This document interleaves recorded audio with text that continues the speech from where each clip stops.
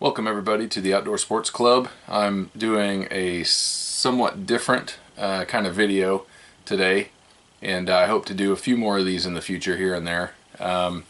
Not all the time. Obviously, it's a mostly gun-related and sports-related channel, and we'll continue making those kinds of terrible videos. So never fear, those will still be available. But I just thought it might be fun to do a different type of story or a different type of video where I tell some stories that I think are kind of cool, kind of interesting. And so today's gonna be the first one. I'm calling this kind of a video the Puffington Report. I'm gonna have a little fun with it and basically just pack my pipe as I tell the story and enjoy that a little bit. But before we get into it, I've got to say thank you to my sponsors, which are nobody, so thank you. And also, there's a little bit of an intro video to this that I put together, and the song, I can't tell the name of the guy that did it because he specifically told me don't use my name or the band's name. He doesn't like the recognition. I don't know why, but there's a song, a background song that he wrote for me and had his band record for me, and I don't know if he just doesn't think it's that good or if it's not his type of music or what. But anyway, I promised him I wouldn't use his name, I wouldn't use his band's name, but it's kind of cool having a little ditty that my channel can use that's all our own.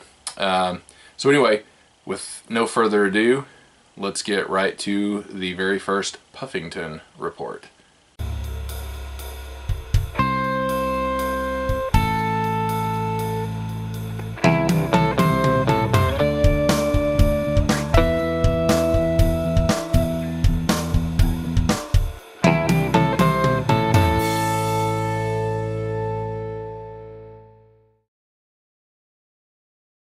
Okay, so for the first Puffington Report, you may wonder why I've got this pint glass here, and I'm doing a little bit of loose word association with the pint glass.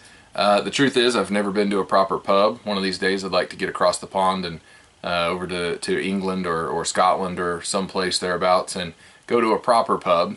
But I've got this pint glass just for one, to give me an excuse to drink some cider, which I love, and also to do this loose word association that I'm talking about. What I mean by that is the story that I want to tell today is about a pub, but it's a different type of pub. It's a flying pub, specifically a B-17F named Ye Olde Pub. And the story is from December 20th, 1943. Ye Olde Pub was on its first mission at a crew of 10, and they were in formation with other B-17s to attack the town of Bremen, or the city of Bremen.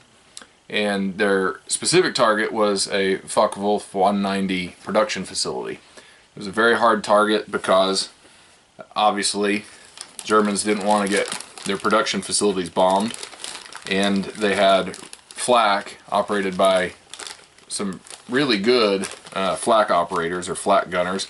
There were obviously also fighters around that area, fighter bases, and sure enough, before they could even get to their drop area or their bomb target, actually the plexiglass nose of the Ye Olde Pub was shattered and shot out, letting negative 75°F air into the cabin. They also, I believe it was engine number 2 was completely taken out, and engine number 4 had to be throttled back to about half throttle just to keep it from overspeeding and incurring further damage. So obviously at much reduced power, Ye Olde Pub slipped back and fell out of the formation. So then it became under fire or under attack from numerous German fighters, Messerschmitt Bf 109s and Focke-Wulf 190 fighter aircraft. The pilot of Ye Olde Pub, whose name was Charlie Brown, he actually steered the bomber towards attacking fighters when possible. His theory there being that he could basically defend himself better because, quite frankly, some of his guns were out, and he only had 3 guns left at that point. They also had they further sustained damage to the tail and a cannon had hit the tail, so about half the rudder was gone, half the left horizontal stabilizer was gone. The tail gunner had been decapitated. Hugh Evinrude, I believe was his name. He had actually been decapitated. And they had sustained damage to engine number 3 as well. So they were at greatly reduced power. Estimates suggest that they might have been at somewhere around 40% power. And in turning towards the fighters and trying to put fire on them to keep them from attacking the bomber or doing further damage to the bomber, Charlie reports that at one point he was oxygen deprived and all that, and at one point he looked up and saw the ground. He was upside down, disoriented. They went into a dive, and he remembers waking up or coming to and being straight and level somehow about 1,000 feet off the ground. So he starts trying to climb. Of course, by now they're headed back to England. They didn't make it to the target. They're headed back to England, and he's trying to climb. And he happened to pass by or over another German airfield. And there happened to be a German pilot down there by the name of Franz Stigler. And he had downed 2 B-17s that day, and he had 29 aerial victories. He needed one more victory to get the Knight's Cross, I believe is what it's called. Franz had a .50 caliber bullet lodged into his radiator of his airplane, Bf-109, but he took off anyway. And of course he quickly caught up to the slow bomber.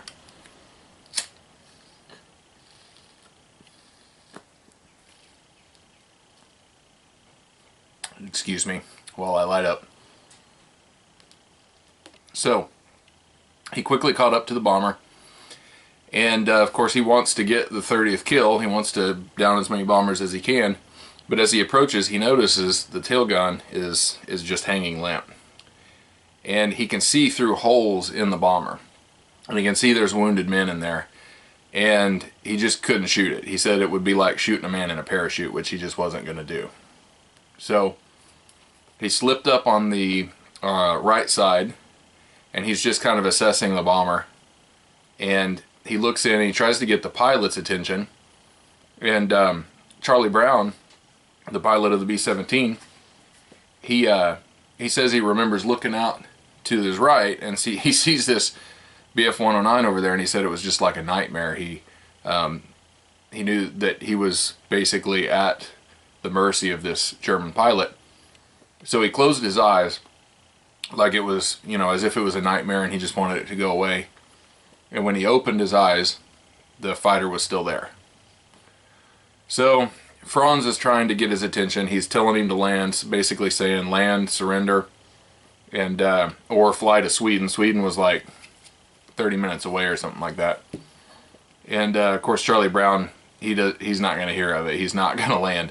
So Franz eventually kind of goes over to the left side and keeps trying to get his attention, and it's clear that this American pilot's just not going to land, and he's not going to divert. He's going back to England, or at least he's going to try. What's Franz Stigler going to do? Well, he flies formation, very tight formation with the B-17, because they're still over German-controlled area, and he flies out with the bomber till they get right out over the North Sea, and then he salutes, he kind of rolls over, and he disappears, and he flies back.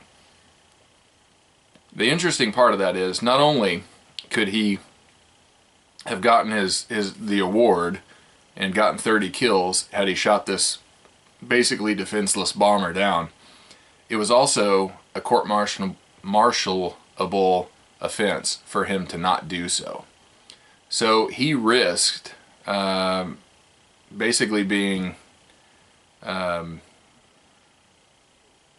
penalized in his own country, probably kicked out of the military, possibly imprisoned, maybe even killed.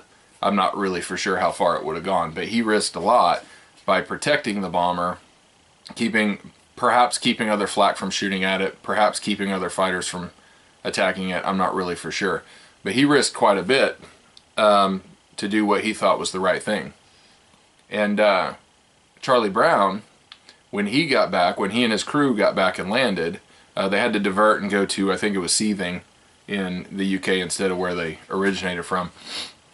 But they shared their story, and everybody's like, oh wow, that's pretty amazing. But then they were hushed up pretty quick. The top brass, basically, they didn't want people feeling like the Germans were. They didn't want people having second thoughts about shooting at the Germans up in the sky. And it wasn't until years later when somebody asked Charlie what one of his more memorable, this was like in the 80s, what one of the more memorable missions that he ever went on was, he recalled that one. And that was about the first time anybody had ever heard of it since he had first landed, since the time when he told people when he had first landed back from the mission. And so that got him to thinking he wanted to find Franz Stigler.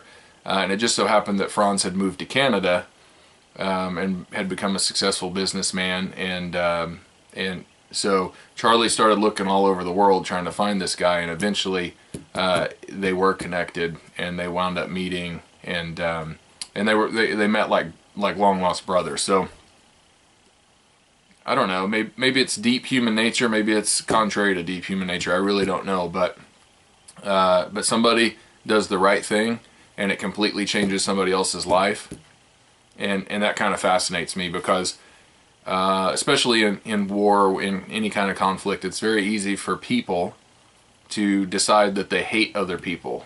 It's easy for people to marginalize other people. And it's very easy to do that, and then to do unspeakable things, or things that seem normal in that kind of a situation, but really shouldn't be normal, perhaps. So seeing that kind of compassion, or hearing stories of that kind of compassion, especially at the darkest points in human history and the darkest hours for those individuals, is always a fascinating thing for me. So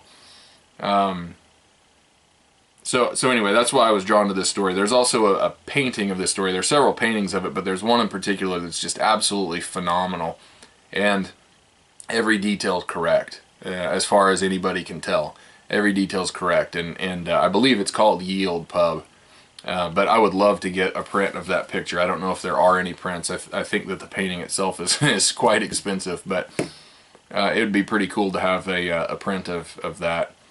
But anyway, it's just, I've been fascinated by that story for a long time, so hopefully you guys enjoyed me sharing it with you. I'm not the best storyteller in the world, but I enjoy this kind of stuff. So anyway, here's to Yield Pub and our crew. Here's to Franz Stigler, and you know, I hope you guys enjoyed it. Thank you.